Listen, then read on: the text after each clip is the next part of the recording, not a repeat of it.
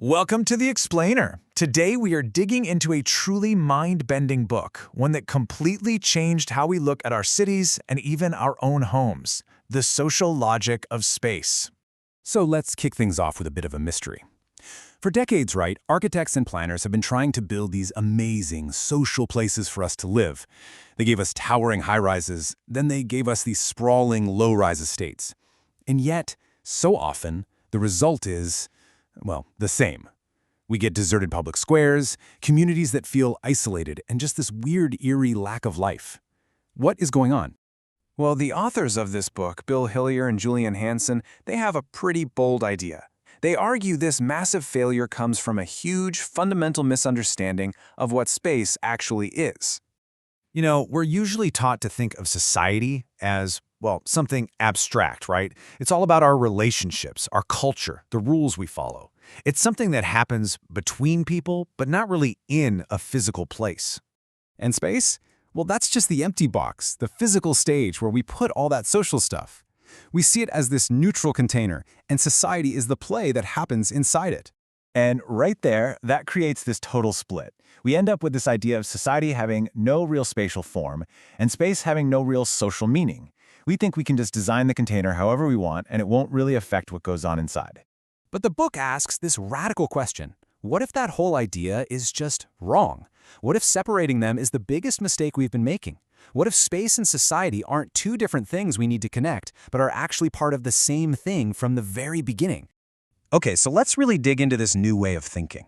The core idea is actually pretty simple, but trust me, its implications are massive. It changes absolutely everything about how we ought to be thinking about design.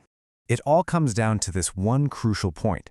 Architecture at its core isn't just about making cool-looking objects. It's about structuring the very system of space where we live and move and, most importantly, where we encounter each other. It sets up the physical rules for how we meet and for how we stay apart. Think about it. The layout of a place, whether it's the rooms in your house or the streets in your city, it basically choreographs our movements. It makes bumping into your neighbor likely, or it makes it nearly impossible. And that physical pattern of movement, that is the physical form of our social relationships. Now this is where it gets really fascinating. This shows how incredibly complex and ordered spaces can grow from just a few simple local rules. There's no grand master plan here.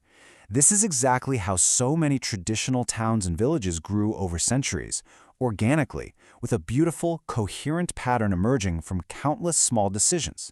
So how do you even begin to see this hidden logic that's all around us? Well, to do that, the authors came up with a whole new toolkit for reading the social code that's built right into our environment. It's called space syntax. And you can basically think of it as a way to map out the relationships in a space. It lets us see how all the different parts connect to each other to create a single functioning system. And this, right here, is one of the most brilliant ideas in the book. They make a distinction between a phenotype and a genotype. The phenotype is what a place looks like, the style, the bricks, the surface details. But the genotype? That's the invisible code, the spatial DNA that's actually running the show. And get this, two places can look totally different but have the exact same social DNA. Okay, so armed with this new toolkit, let's go back and finally solve that mystery from the beginning. Why do old traditional streets feel so alive, while so many modern housing projects feel dead? The answer, it turns out, is all in their spatial DNA. A traditional city street has what they call an integrated genotype. The buildings all face the street, creating this continuous public space that connects everything to everything else. It's open. A modern estate, on the other hand, often has a segregated genotype. It's designed like a tree, with dead-end cul-de-sacs and courtyards that intentionally cut people off from the wider city, and especially from strangers. And check this out. This isn't just a feeling. It's something you can actually measure. And the results are staggering.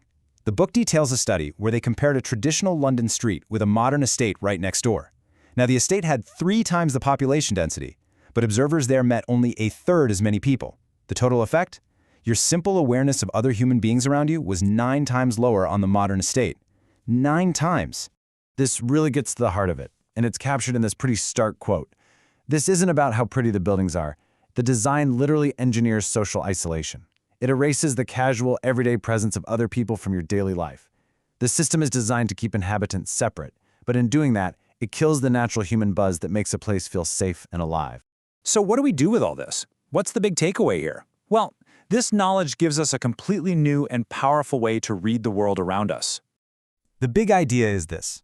The layout of your world, your home, your neighborhood, your city, it's not just a passive background for your life. No, it is actively writing a social script. It's encouraging certain encounters and preventing others. It is shaping your social reality every single day, whether you realize it or not.